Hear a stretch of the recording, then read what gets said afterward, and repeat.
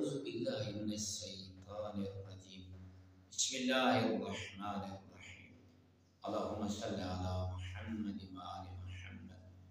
مومنین مسلمین اپنے بچوں کے بوسے لیا کریں، اپنے بچوں کے ساتھ دسترخوان پہ بیٹھا کریں، اپنے بچوں کے ساتھ دوستی کیا کریں۔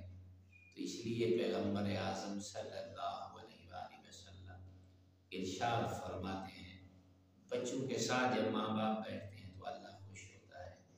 یہ دسترخوان جو بچھایا جاتا ہے یہ دنیا کا دسترخوان پھر نہیں رہتا، یہ جنت کا دسترخوان بن جاتا ہے۔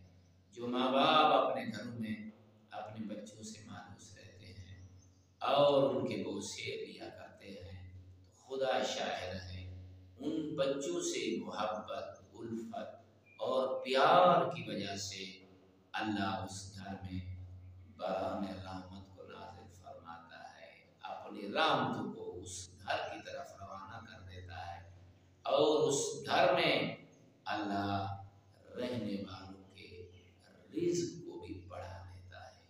والحمد